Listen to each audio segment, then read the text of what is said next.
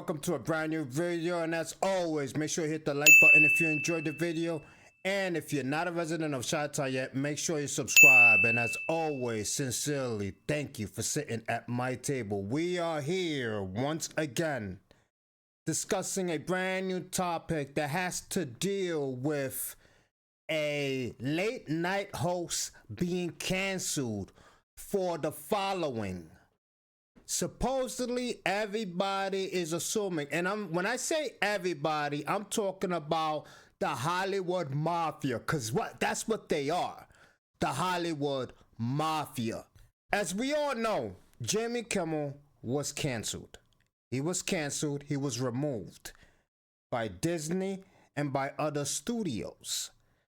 But for some odd reason, a lot of people who are in support of Jimmy Kimmel, and to me, the Hollywood mafia led by Pedro Pascal. I used to love Pedro Pascal. I really did love that man because his acting was phenomenal.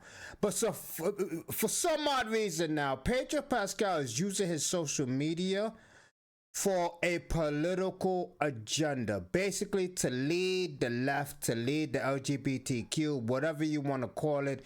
He's using his platform to make a statement and to protect that ideology. So he goes on and protects Jimmy Kimmel. He makes a post basically stating that he stands with Jimmy Kimmel. To me, who cares, Pedro Pascal, that you stand with Jimmy Kimmel? Who cares? And I'm not disliking Pedro Pascal for his opinion, because he's entitled to his opinion, just like everyone else is.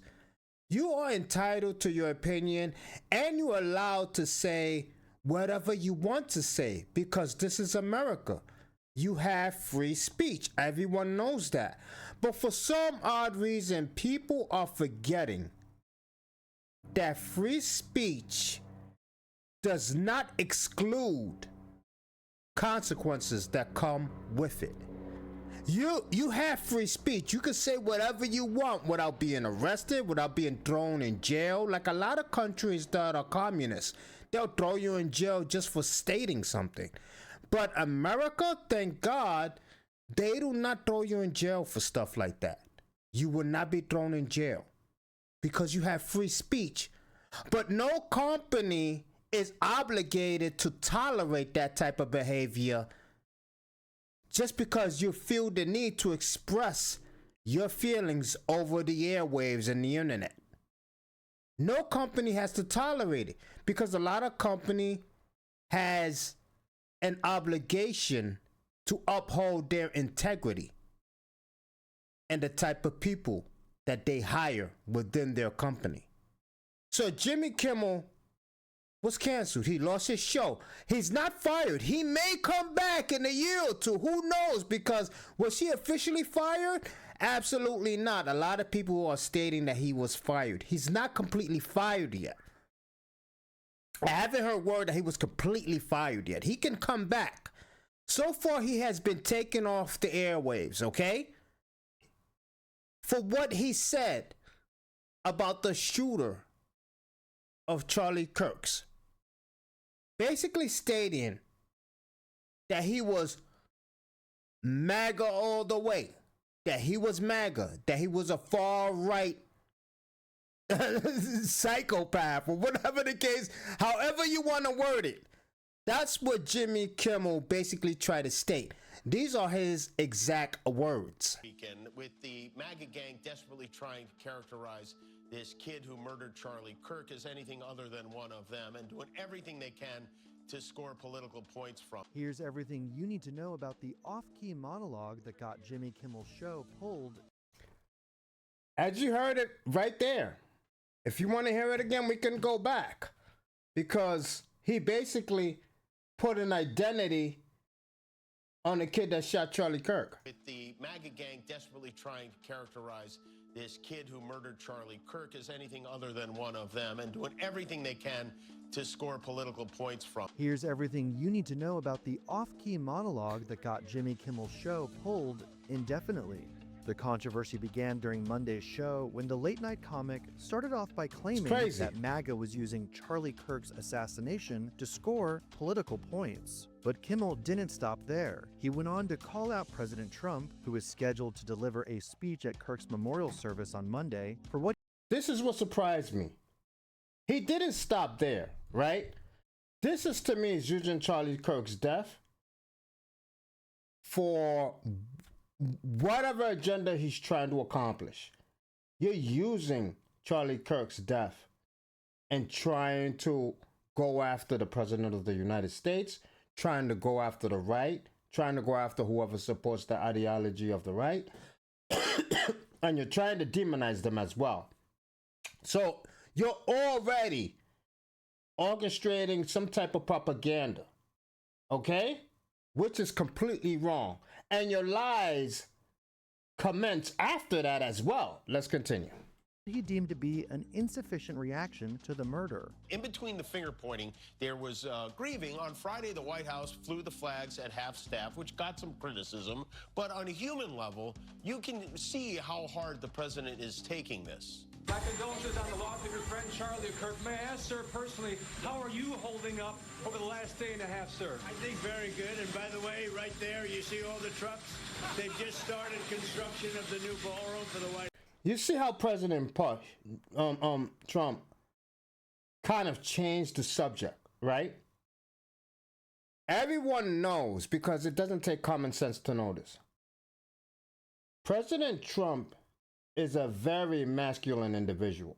He doesn't want to show any type of emotion on what's going on in his life. He doesn't want to show. Even when he wasn't feeling that well those days, I'm not going to say that he was dying. He wasn't dying. He probably was feeling under the weather, but he did not even want to show that type of weakness. He's very masculine. So by him changing the subject and directing it to something else, gives him an excuse not to show any type of emotional type of weakness to the left or to whoever may deem him worthy by showing those type of feelings. So that's what he's doing. He's redirecting because he doesn't want to talk about it. He doesn't want to talk about it. There's a lot of people like that who can't handle death well and who can't stand showing their emotions, especially publicly. Let's continue. House. Something they've been trying to get, as you know, for about 150 years, and it's going to be a beauty. Yes. He's at the fourth stage of grief, construction. So because Trump is not grieving like the way Jimmy Kimmel will grieve, which is basically probably with a box of tissues, crying his eyes out until he can't cry anymore, until his eyes are red. Not everybody grieves the same, Jimmy. Not everybody grieves the same. I don't know how you can't understand that. Just because he's not grieving the way you want him to grieve doesn't mean he's not grieving. And it doesn't mean he's already done grieving and ready to move on. Because remember, he has a country to lead, if you forgot that. Let's continue. Demolition, construction. This is not how an adult grieves the murder of someone he called a friend. This is how a 4-year-old mourns a goldfish, okay? Kimmel then doubled down, sharing that it wasn't the first time since... Then he tried to double down. He didn't try to apologize because he already got the identity of the shooter wrong.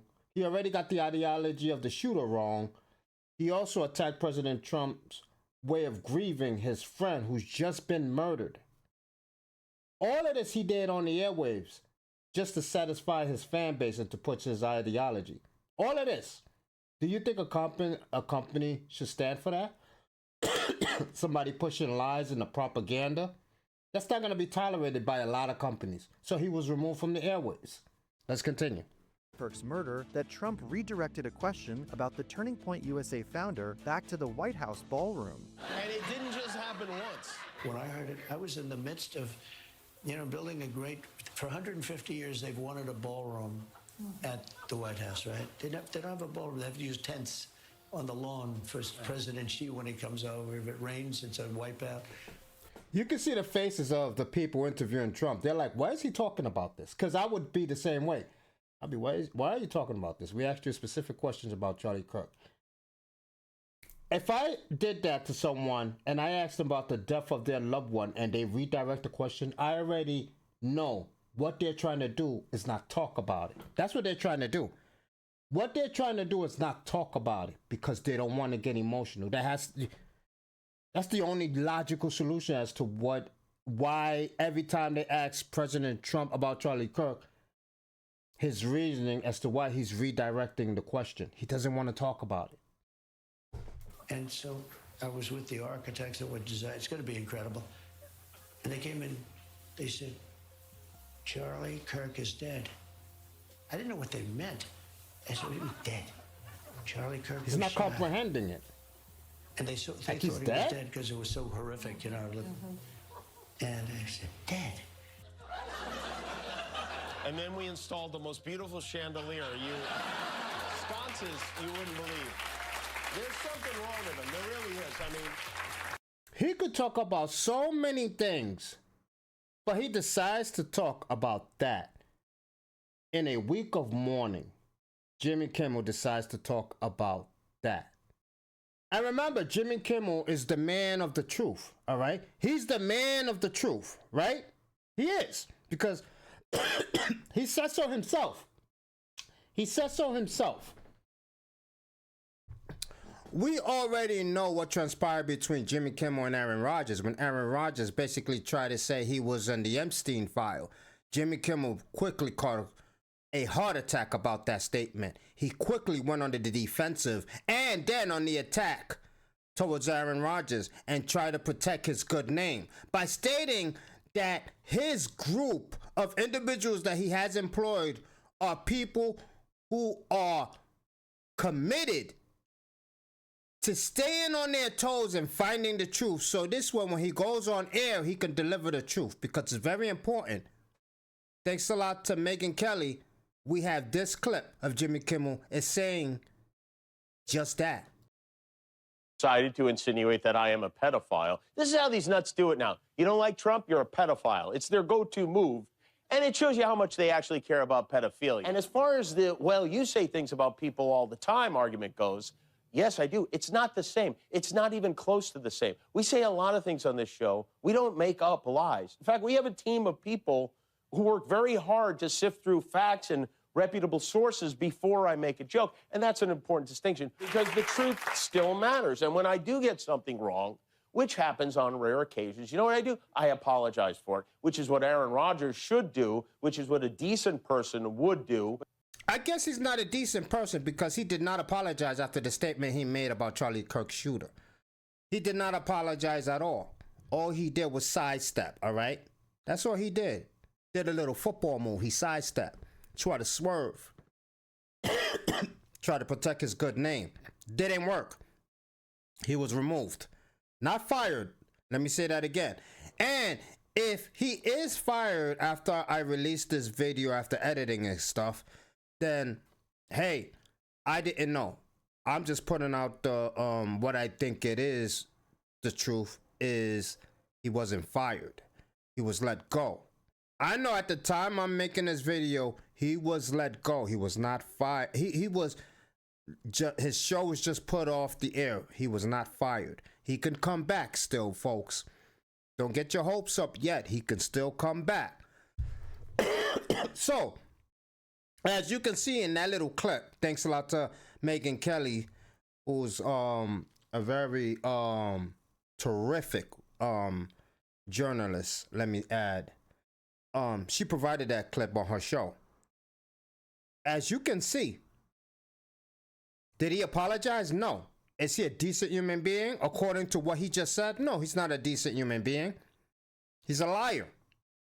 He's an opportunist because he's trying to take opportunities and say statements on his show off of Charlie Kirk's death so he can push a political agenda.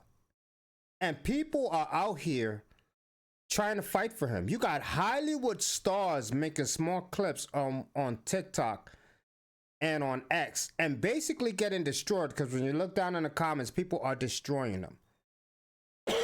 How can you stand with a man who just lied about a situation. Once again, his freedom of speech was not violated. He can say whatever he wants, but it doesn't mean a company has to tolerate that sort of behavior. They can do whatever they want. Realize that you already said what you just said because you have freedom to say it. You're not free of the consequence, though.